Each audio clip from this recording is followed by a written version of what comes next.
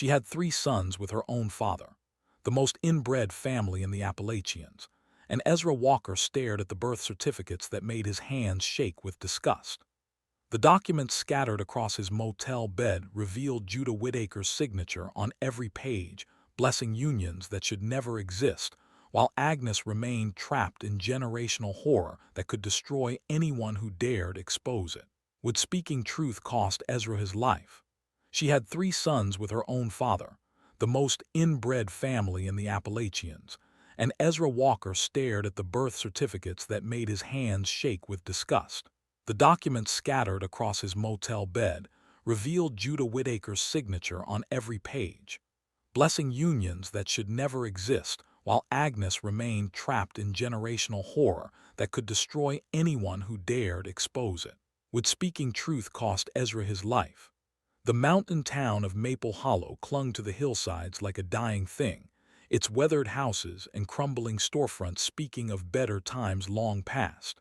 Ezra had driven 3 hours through winding roads to reach this forgotten corner of Appalachia, following a tip about extreme poverty that might make for compelling journalism. What he discovered instead made him question everything he thought he knew about human nature. The town existed in a pocket of isolation that seemed to bend time itself. No cell towers interrupted the skyline. No chain stores marked the passage of modern commerce. Only a handful of ancient families remained, their names carved into cemetery stones dating back generations.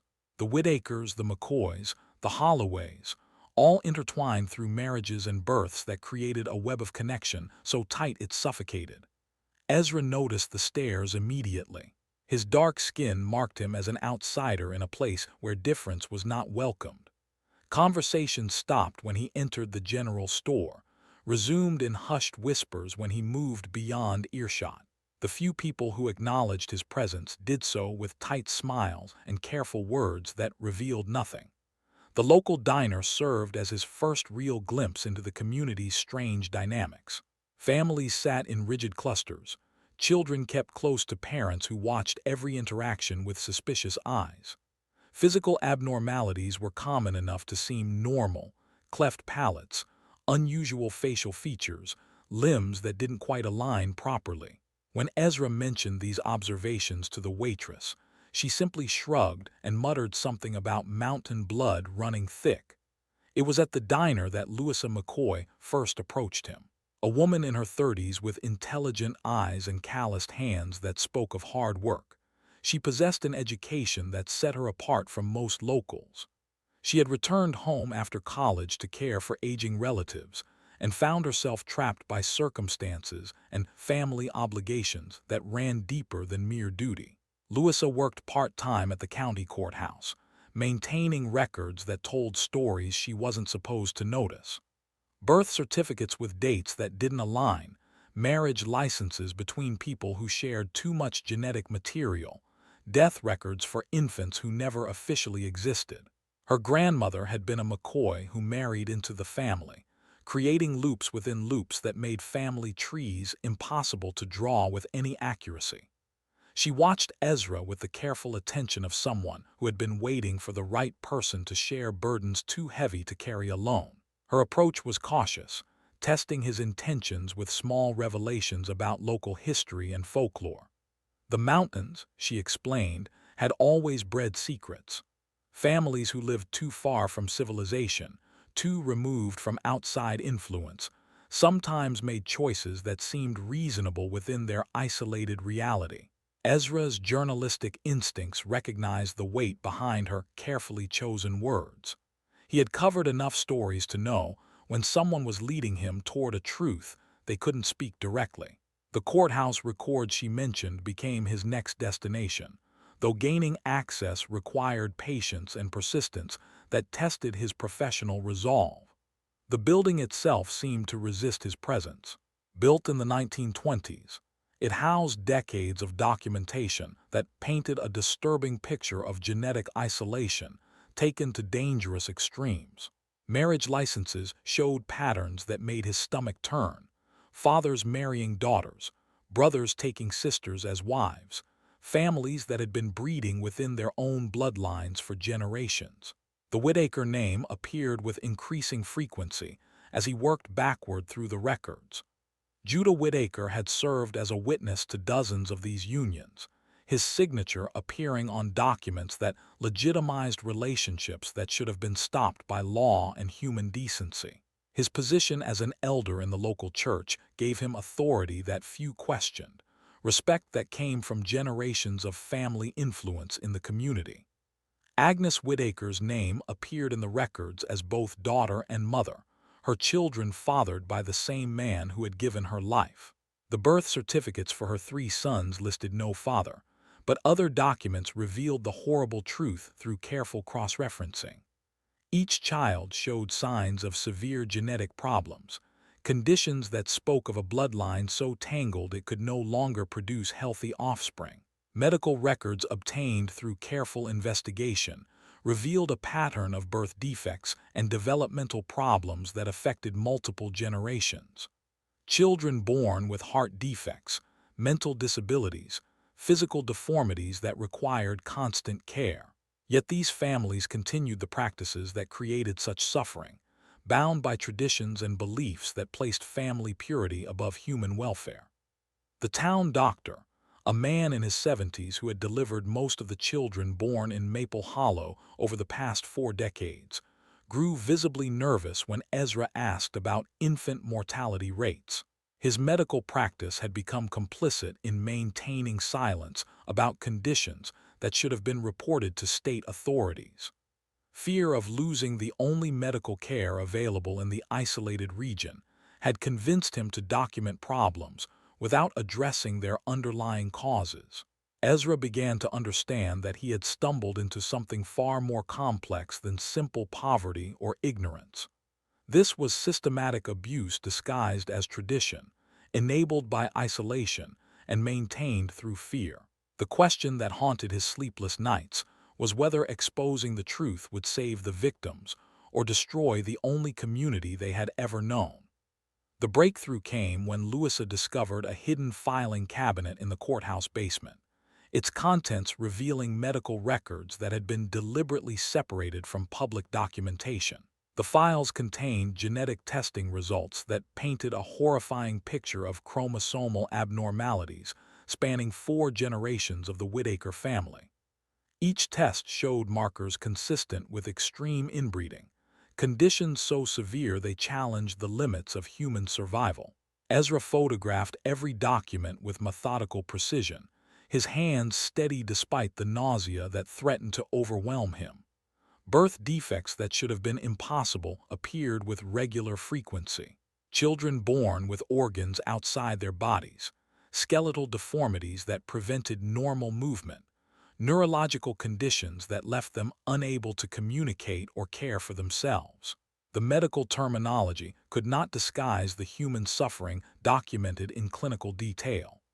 Agnes Whitaker's medical history revealed the full scope of her victimization.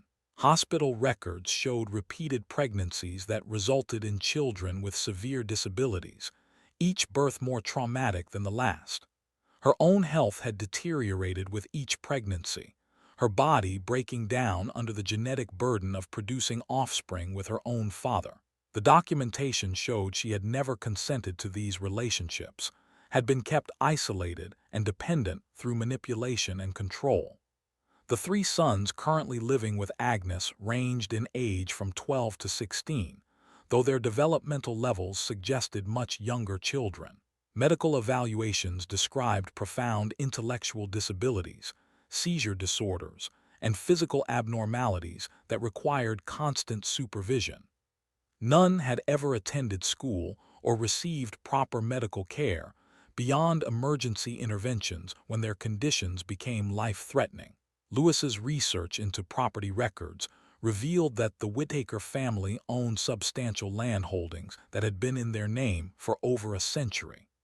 The isolation this provided had enabled them to operate without outside interference, creating a pocket of exploitation hidden from regulatory oversight. No social workers had ever visited the property, no teachers had questioned the absence of school-age children, No neighbors had reported concerning conditions. Financial records painted an even more disturbing picture. Regular payments from out-of-state organizations showed that researchers had been studying the Whitaker family for decades, treating their genetic isolation as a natural experiment in human heredity. Universities and research institutions had provided funding in exchange for access to medical data and biological samples, turning human suffering into academic opportunity. Judah Whitaker emerged as the central figure orchestrating this systematic abuse. Church records showed him delivering sermons about keeping bloodlines pure, about the dangers of mixing with outsiders who would contaminate their heritage. His position as a religious leader gave him authority to solemnize marriages that violated both law and human decency, creating a theological justification for practices that served only his twisted vision of genetic preservation.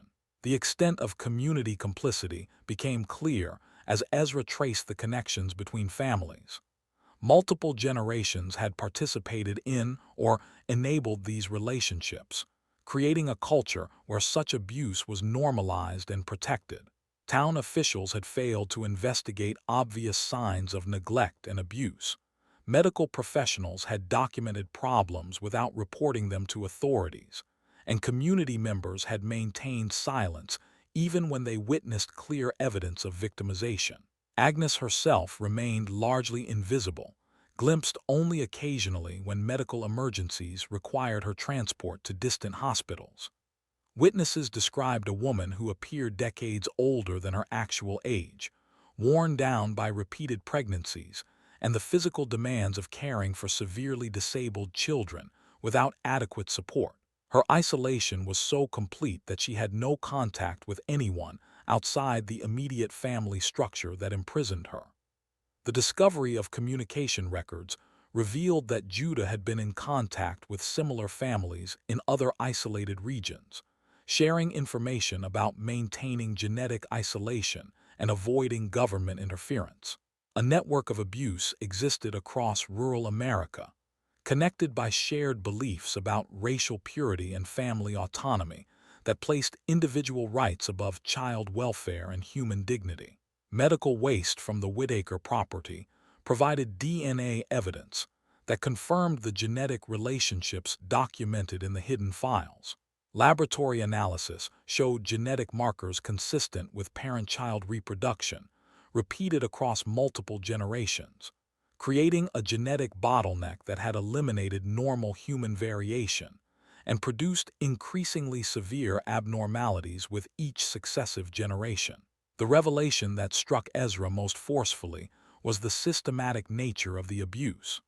This was not the result of ignorance or isolated poor judgment, but a deliberate program of exploitation that had been maintained and defended for decades.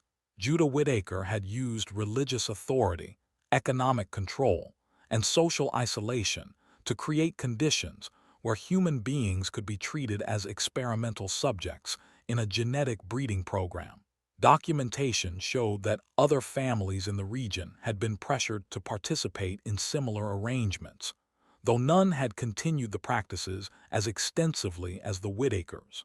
Economic dependence on Judah's landholdings and religious authority had created a system of coercion that extended throughout the community, making resistance difficult and dangerous for those who might have otherwise intervened.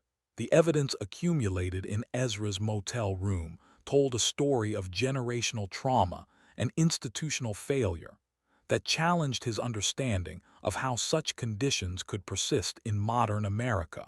The isolation that had once protected mountain communities from outside interference had become a shield for abuse that destroyed lives, while serving the academic curiosity of researchers who treated human suffering as data points in genetic studies.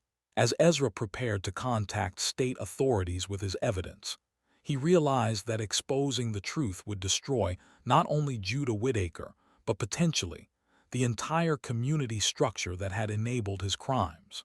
The question that haunted him was whether justice for the victims was worth the collateral damage that would inevitably follow, or whether some truths were too dangerous to reveal without destroying everything they touched. The state police arrived in Maple Hollow on a Tuesday morning, their convoy of official vehicles disrupting the mountain quiet that had protected decades of secrets. Ezra watched from his motel window as investigators spread throughout the town, armed with warrants and evidence that could no longer be ignored or explained away. The documentation he and Louisa had assembled painted a picture too clear for even the most corrupt officials to dismiss. Agnes Whitaker was removed from the family property within hours of the initial raid. Medical personnel who examined her confirmed the worst fears documented in the hidden files. Malnutrition, untreated injuries, and psychological trauma had left her in a state that required immediate hospitalization. Her 3 sons were taken into protective custody, their severe disabilities necessitating specialized care that the isolated mountain community could never have provided. Judah Whitaker's arrest came without the dramatic confrontation Ezra had anticipated. The elderly patriarch surrendered quietly, his religious authority crumbling in the face of legal documents that exposed his crimes with scientific precision. Decades of manipulation and control ended with handcuffs and charges that would ensure he never again had the opportunity to harm vulnerable family members. The community's reaction split along generational lines that had been building tension for years. Older residents who had grown up accepting the Whitaker family arrangements as normal tradition found themselves defending practices they could no longer explain to investigators. Younger people who had always harbored doubts about their community's secrets finally found validation for suspicions they had been afraid to voice. Louisa became the unofficial spokesperson for those seeking change, her education and family connections providing credibility that outside investigators respected. She worked with social services to identify other families who might have been affected by similar arrangements, her knowledge of local history proving invaluable in tracing patterns of abuse that extended beyond the Whitaker property. The medical professionals who had enabled the abuse through their silence faced professional consequences that ended careers and exposed the complicity that had allowed such conditions to persist. The town doctor lost his license, his decades of documentation proving that he had been aware of genetic problems without taking action to protect the children affected by them. Hospital administrators faced scrutiny for accepting research funding, while failing to report obvious signs of systematic abuse. Federal investigators arrived to examine the university connections that had provided funding for genetic research based on human exploitation. Academic institutions that had treated the Whitaker family as subjects for hereditary studies faced lawsuits and public exposure that destroyed reputations and ended research programs. The ethical violations were so extensive that entire departments were restructured to prevent similar exploitation. Agnes began a slow recovery process in a specialized facility designed to help victims of long-term abuse. Medical treatment addressed her physical health, while counseling sessions worked to rebuild psychological foundations that had been shattered by decades of victimization. Her progress was measured in small victories that gave hope to advocates who had feared the damage might be irreversible. Her 3 sons required more intensive intervention, their disabilities necessitating care that would continue for the rest of their lives. Specialized programs designed for children with genetic abnormalities provided them with dignity and support that had been denied throughout their short existences. Medical professionals worked to improve their quality of life, while acknowledging that the damage caused by generational inbreeding could never be fully reversed. The property where generations of abuse had occurred became the subject of legal proceedings that would determine its future use. Advocates pushed for its conversion into a facility that could provide services for other victims of familial abuse, transforming a site of exploitation into a center for healing and recovery. The symbolism of such a transformation appealed to community members seeking redemption for their years of complicit silence. Ezra's investigation expanded into a book that documented not only the Whitaker family situation, but the broader problem of isolated communities where abuse could flourish without outside intervention. His work became a catalyst for policy changes that strengthened reporting requirements and increased oversight of rural areas, where geographic isolation had previously prevented effective monitoring. The network of similar families that Judah had maintained contact with became the subject of additional investigations across multiple states. Law enforcement agencies discovered that the Maple Hollow situation was not unique, that other isolated communities had developed similar patterns of abuse, justified by twisted interpretations of religious doctrine and racial ideology. Lewis's role evolved from reluctant witness to active advocate, her personal transformation reflecting the broader changes occurring throughout the mountain community. She established programs designed to educate isolated families about genetic risks while providing resources that could prevent future exploitation. Her work gave meaning to the trauma that had defined her community for generations. The town of Maple Hollow itself began a gradual process of healing that would take years to complete. Economic development initiatives brought outside investment that reduced the isolation that had enabled abuse while preserving cultural elements worth maintaining. New residents brought fresh perspectives that challenged harmful traditions while respecting legitimate aspects of mountain heritage. The broader implications of the case influenced legislation designed to protect children in isolated communities throughout America. Enhanced reporting requirements, mandatory education about genetic risks, and increased funding for rural social services created safeguards that could prevent similar exploitation in other regions, where geographic isolation might otherwise shield abusive practices. As months passed and the immediate crisis evolved into long-term recovery efforts, the true measure of change became visible in the children who would grow up free from the genetic and psychological burdens that had defined their community for generations. Their futures, unmarked by the twisted traditions of their ancestors, represented the ultimate victory of human dignity over exploitation disguised as heritage.